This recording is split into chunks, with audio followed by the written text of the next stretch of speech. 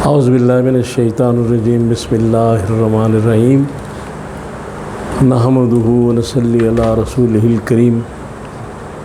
انتہائی قابل احترام سامعین و حاضرین، مجھ سے اچھے لوگوں، السلام علیکم ورحمۃ اللہ وبرکاتہ۔ درود پڑھ لیں۔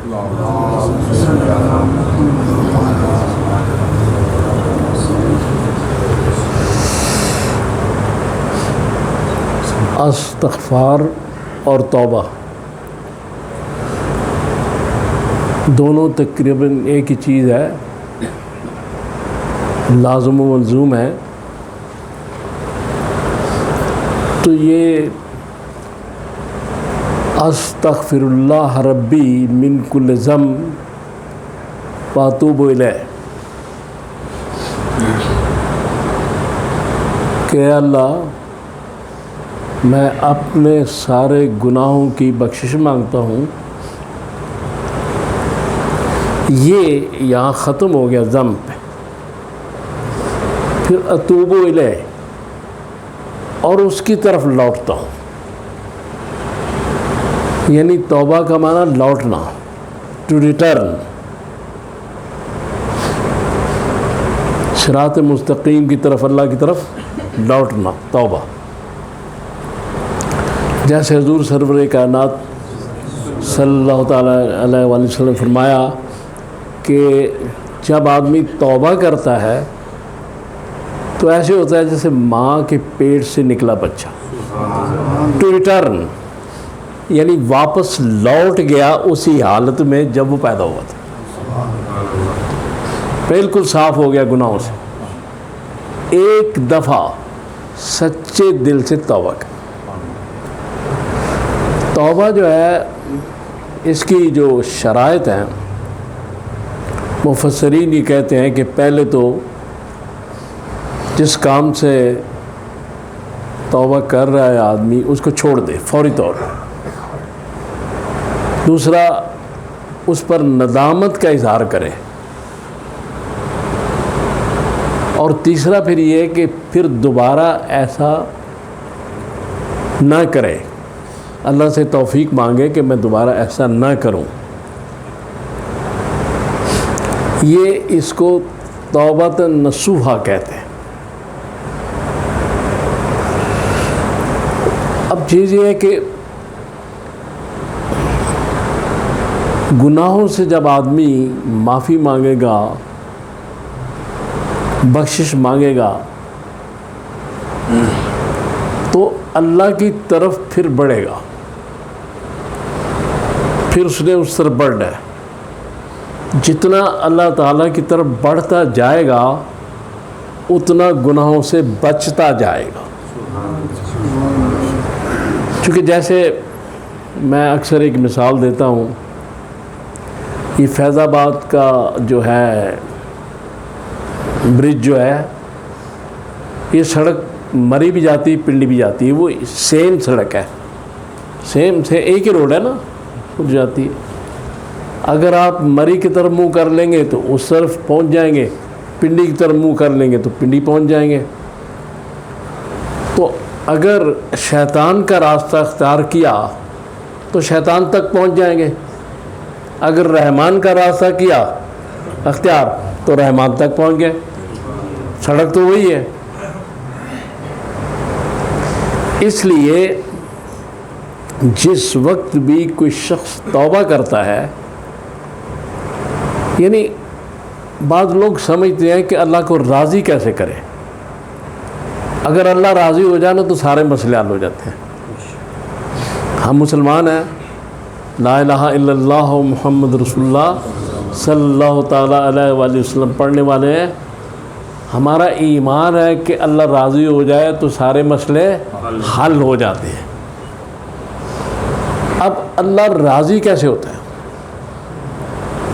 ایک حدیث میں ہے کہ ایک شخص تھا، وہ جنگل میں سفر کر رہا تھا، اونٹنی اس کے پاس تھی اور اس پہ سارا اس کا کھانے پینے کا سامان، ساری چیزیں تھیں۔ وہ جنگل بڑا لمبا تھا، سنسان تھا۔ آدھے راستے میں کوئی پہنچا تو تھک گیا، نیند آ گئی، تو اس کی جب آنکھ کھلی تو اونٹنی غائب تھی. اب بڑا پریشان ہو گیا کہ نہ واپس جا سکتا ہے نہ ادھر جا سکتا ہے, کھانے پینے کا سامان بھی گیا, ہر شے گئی.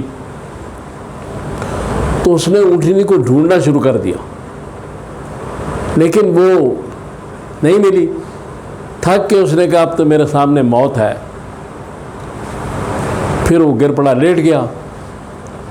تو جب اس کی آنکھ کھلی تو اونٹنی وہ سارے سامان سمیت اس کے سرانے کھڑی تھی. تو آدمی بہت خوش ہوا. یہ رسول فرماتے ہیں, بخاری مسلم کی حدیث ہے, کہ وہ بہت خوش ہوا. تو آپ مثال اتنی زبردست دے کے یہ فرما رہے ہیں کہ جب کوئی شخص گناہ گار توبہ کرتا ہے تو اللہ اس اونٹنی والے سے زیادہ اس آدمی سے خوش ہوتا ہے, اس کی توبہ سے. توبہ کی اہمیت کو سمجھیں کہ اللہ تعالیٰ اس اونٹنی والے سے زیادہ خوش ہوتا ہے. کیوں کہ ریٹرننگ, وہ اس طرف جا رہا ہے, رجوع کر رہا ہے اللہ تعالیٰ کی طرف.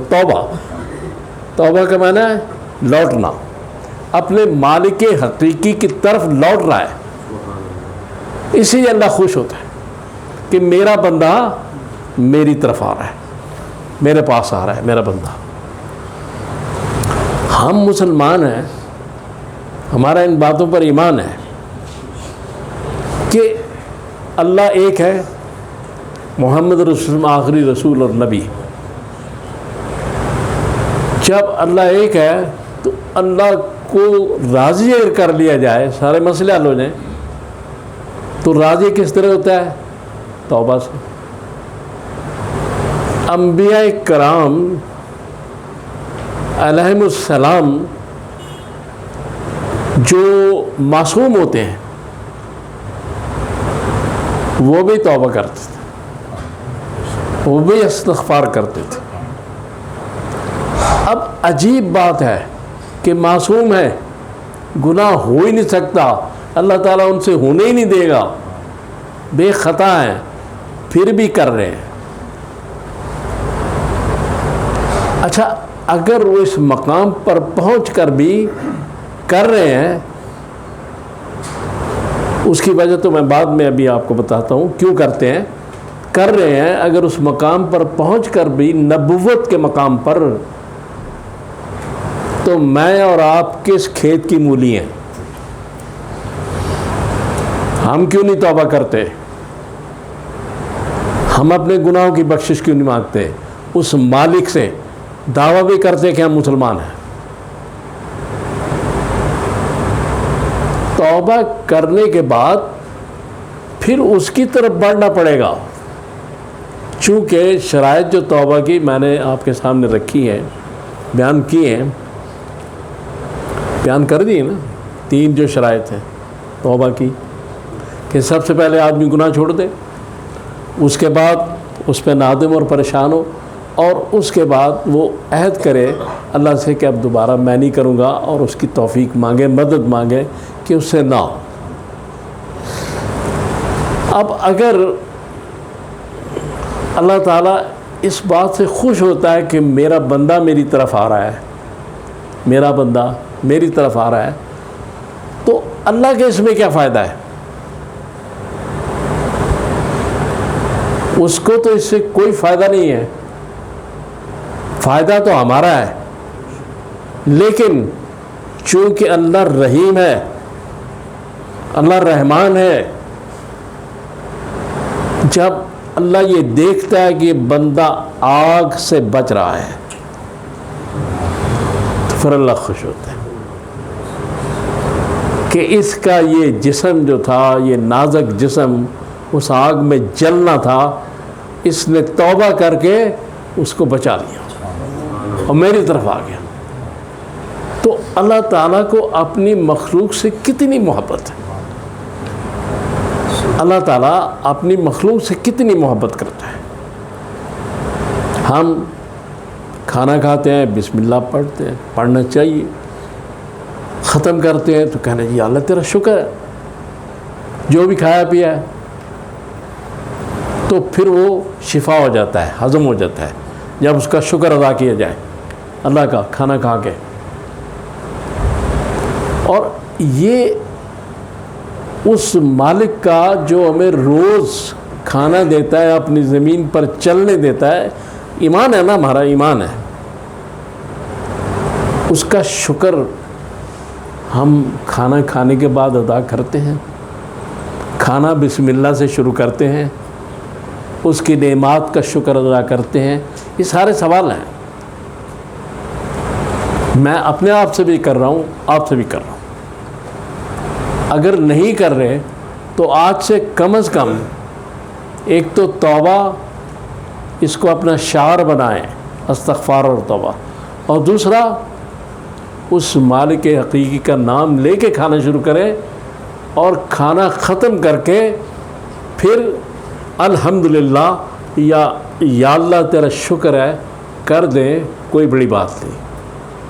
اللہ تعالیٰ سے دعا کریں کہ اللہ تعالیٰ مجھے اور آپ کو توفیق دے کہ میں نے جو باتیں کی ہم ان پہ عمل کر سکیں۔ صلی اللہ تعالیٰ علی خیر خلقہ محمد و آلہ وسلم۔